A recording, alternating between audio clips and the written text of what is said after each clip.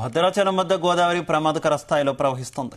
దాంతో భద్రాచలం నుంచి ఛత్తీస్గఢ్, ఒడిశా, ఆంధ్రప్రదేశ్ వెళ్లే వాహనాలు వందల సంఖ్యలో ఆగిపోయాయి.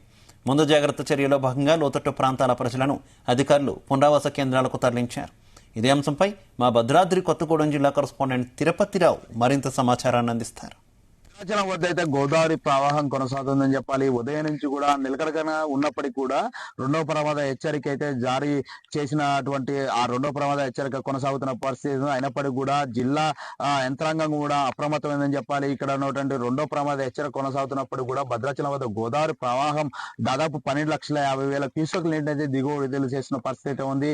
ఇప్పటికే కునవరం రోడ్డు కూడా బ్లాక్ చేసిన పరిస్థితి. అంటే ఈ ఒక రహదారి ఛత్తీస్గఢ్, ఒరిస్సా, ఆంధ్రప్రదేశ్ సంబంధించిన రహదారి ఇప్పుడు కూడా ఇక్కడ రాకపోకలు నిలిచిపోయిన పరిస్థితి ఉంది. గోదావరి ప్రవాహం తిరిగి వచ్చే నేపథ్యంలో అయితే ఇక్కడ ఉన్నటువంటి మన కరకట్ట వద్ద ఉన్నాము. ఈ కరకట్ట మొత్తం కూడా ఈ రోడ్ ని జాతీయ రహదారిని కూడా బ్లాక్ చేసిన పరిస్థితి అయితే ఉంది. ఈ ఇసుక సంబంధించిన ఇసుక బస్తాలను కూడా ఏర్పాటు చేయడం జరిగింది. అటు మనం చూసుకున్నట్టయితే మాత్రం ఇప్పటికే గోదావరి కరకట్టకు సంబంధించిన కూనవరం రోడ్డు కూడా పూర్తి స్థాయిలో చేరింది. అంటే ఇదే కరకట్ట పూర్తి చేయకపోతే మాత్రం ఈ కరకట్టకు సంబంధించినటువంటి Subhash Nagar, Ayyappa colony, vista complex సంబంధించినటువంటి మొత్తం కూడా వాటర్ నిలిచే ఉండేది. అంటే ఇప్పటికే కరకట్ట నిర్మాణం కొనసాగుతుంది, సంవత్సరం కూడా కొనసాగుతున్న పరిస్థితి ఉంది. కనుక ఇది గనుక కరకట్ట పూర్తి అవ్వకపోతే మాత్రం ఇప్పటికే దాదాపు 4-5 గ్రామాలు కూడా పూర్తి స్థాయిలో ముంపు గురే పరిస్థితుల నేపథ్యంలో అయితే ఇప్పటికే అధికారులు అప్రమత్తమయ్యారు. అటు చూసుకోవచ్చు, ఇప్పటికే కునవరం రోడ్డుకు సంబంధించినటువంటి సుభాష్ నగర్ అంటే అప్పు ప్రాంతం, అంటే ఇది బార్డర్ అనుకుంటది. అక్కడ ఉన్నటువంటి జామాల తోట కూడా పూర్తి స్థాయిలో గోదావరి నీటి మట్టంతో అయితే నిలిచిపోయిన పరిస్థితి ఉంది. ఇప్పటికే అధికారులు కూడా అప్రమత్తమైన పరిస్థితి ఉంది. ఎక్కడ కూడా ఎటువంటి ముంపుకి గురవకుండా అయితే ఇప్పటికే ఇసుక బస్తాలు కూడా ఏర్పాటు చేసి ఆ జేసీబీలని సైతం కూడా ఏర్పాటు చేసిన పరిస్థితి ఉంది. ఇప్పటికే అంటే దాదాపు కూడా ఆదివారం నుంచి కూడా ఈ ప్రవాహం కొనసాగుతున్న పరిస్థితి ఉంది. అంటే మనం చూసుకుంటే ఆదివారం సాయంకాలం కూడా ఒకటో ప్రమాద హెచ్చరిక జారీ చేసిన పరిస్థితి ఉంది. నిన్న మధ్యాహ్నం కూడా 2 గంటల సమయంలో రెండో ప్రమాద హెచ్చరిక జారీ చేసి 48 దాటంతో అయితే రెండో ప్రమాద హెచ్చరికను జారీ చేశారు. నైట్ నుంచి కూడా 50 అడుగులు దాటి ప్రవహిస్తున్న పరిస్థితి ఉంది. ఈ రోజు ఉదయం 51.60 అడుగుల కొనసాగుతున్న పరిస్థితి ఉంది.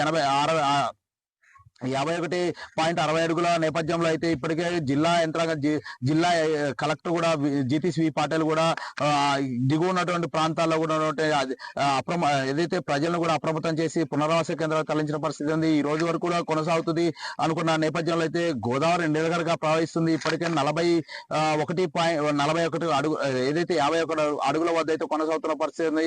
ఒకవేళ కనుక ఈ రోజు నైట్ కూడా ఎగువ ప్రాంతంలో ఉన్నటువంటి వరదని దిగువ విడుదల చేస్తే మాత్రం మరి గోదావరి ప్రవాహం పెరిగే అవకాశం ఉన్న నేపథ్యంలో అయితే జిల్లా యంత్రాంగం కూడా అప్రమత్తమైన పరిస్థితి. ఇప్పటికే పునరావాసం ఉన్నటువంటి ప్రజలను కూడా ఏదైతే అప్రమత్తం చేసి పునరావాస కేంద్రాలకు తరలించడం జరిగింది. వారందరూ కూడా ఆహారము సంబంధించినటువంటి వాళ్ళకి అన్ని సదుపాయాలు సమకూర్చిన పరిస్థితి ఉంది.